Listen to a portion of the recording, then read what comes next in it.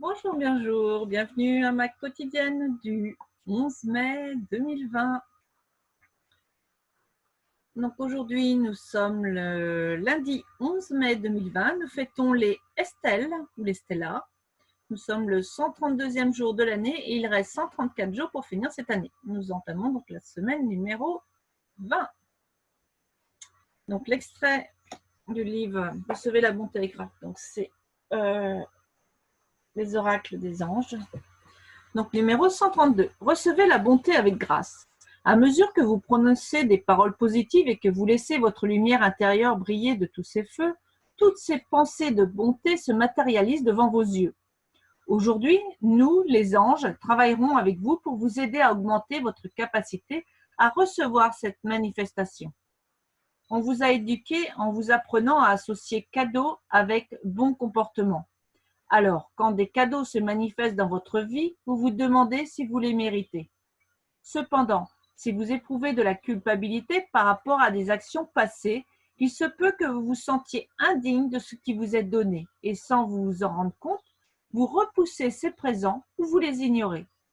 Cher être bien-aimé, ces manifestations ne sont pas des récompenses, pas plus qu'une expérience douloureuse n'est une punition. Le divin ne juge pas en fonction de catégories comme le bien ou le mal. Il répond plutôt à votre énergie, exactement comme il répond à l'énergie de chacun des êtres. Quand vous permettez à votre être de recevoir, vous énoncez clairement vos couleurs aux yeux de l'univers. Vous montrez que vous êtes bienveillant à l'égard de vous-même et de tous ceux qui vous ont inspiré, en scellant le processus de la manifestation.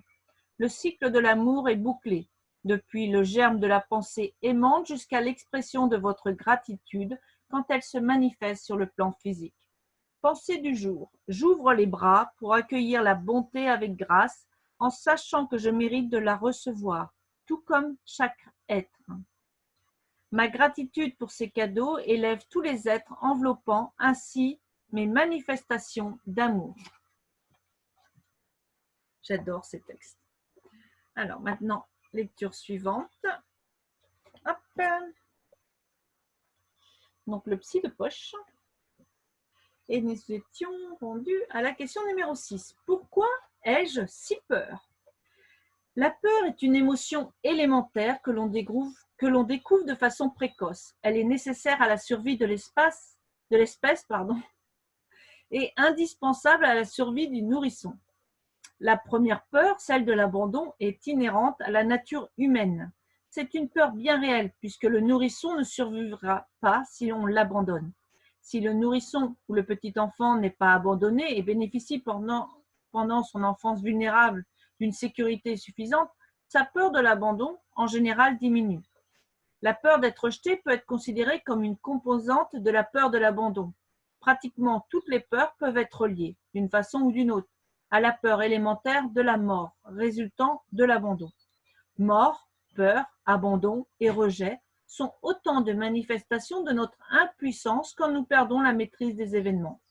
Nous avons peur de ce que nous ne pouvons pas maîtriser. Nous avons également peur de ce que nous ne connaissons pas. Comment pourrions-nous maîtriser l'inconnu? Souvent, la peur est synonyme d'insécurité. Comment pourrions-nous nous sentir en sécurité dans un monde que nous ne maîtrisons pas? Comment n'aurions-nous pas peur d'un monde empli de souffrance? La peur comme la souffrance fait partie de la vie, mais la peur de la peur peut aboutir à une vie au rabais, sans risque, sans exploration, sans défi et sans croissance spirituelle. La peur peut être à l'origine d'un cercle vicieux. Perte de sécurité dans le monde égale peur. Peur égale insécurité intérieure. Insécurité intérieure égale peur de soi. Peur de soi égale perte de maîtrise. Perte de maîtrise égale peur paralysante. Peur paralysante égale perte de sécurité dans le monde. Celui qui a peur d'avoir peur se retrouve dans la situation qu'il essaie d'éviter en ayant peur au départ. Le courage ne se définit pas comme une absence de peur. Le courage, c'est quand on continue à agir en dépit de sa peur. Faire quelque chose dont nous n'avons pas peur, ce n'est pas faire preuve de courage. Le héros a peur, mais agit quand même. Paradoxe. Plus nous agissons en dépit de la peur, plus la peur diminue. Et plus nous laissons la peur nous paralyser, plus elle a d'empire sur nous. Avoir peur est humain. Avoir peur n'est pas synonyme de faiblesse ou d'impuissance. La peur est un sentiment, c'est le comportement qui détermine le caractère. Reconnaissez la présence de votre peur, acceptez-la sans critique, soyez indulgent avec vous-même quand vous avez peur et poursuivez vos activités. Souvenez-vous que le vrai courage consiste à dépasser sa peur, c'est ainsi qu'agit le héros. Voilà. Donc demain, la question numéro 7 sera: est-il normal de se sentir inquiet, jaloux, possessif, déprimé et malheureux? Et après-demain, pourquoi la vie n'est-elle pas juste? Eh ben, on verra ça après-demain. Voilà, j'espère que cette lecture t'apporte un petit plus dans ta journée. Donc j'espère aussi que l'exercice d'hier de pleine conscience te poser quelques... Tu peux continuer aujourd'hui d'ailleurs, mettre une alarme pour te poser et observer ce qui t'entoure, les couleurs, les bruits, etc. Tu peux continuer cet exercice autant de fois que tu veux, autant de jours que tu veux, et même à vie si tu veux. Donc aujourd'hui, je vais t'inviter à passer à l'action.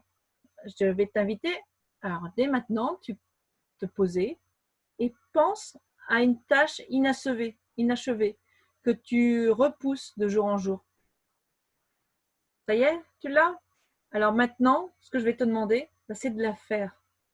Soit tu la fais, soit tu la rayes définitivement. Mais en fin de journée, cette tâche dont tu as pensé, elle n'existe plus. Bon, après, avec beaucoup de bienveillance et beaucoup de respect envers toi-même surtout. Voilà, donc je t'invite toujours à t'inscrire à ma newsletter et puis à obtenir les deux cadeaux, pas les petits, les 2 gros cadeaux qui vont avec. Voilà, je t'invite à prendre beaucoup de plaisir à tout ce que tu fais dans la journée. Je te souhaite une très très belle journée dans la joie et la bonne humeur et je te dis à demain. Donc j'espère que pour la slide suivante, on ne va pas avoir le petit icône. Je ne comprends pas pourquoi il est là en plus. Donc on verra bien. Allez, à demain.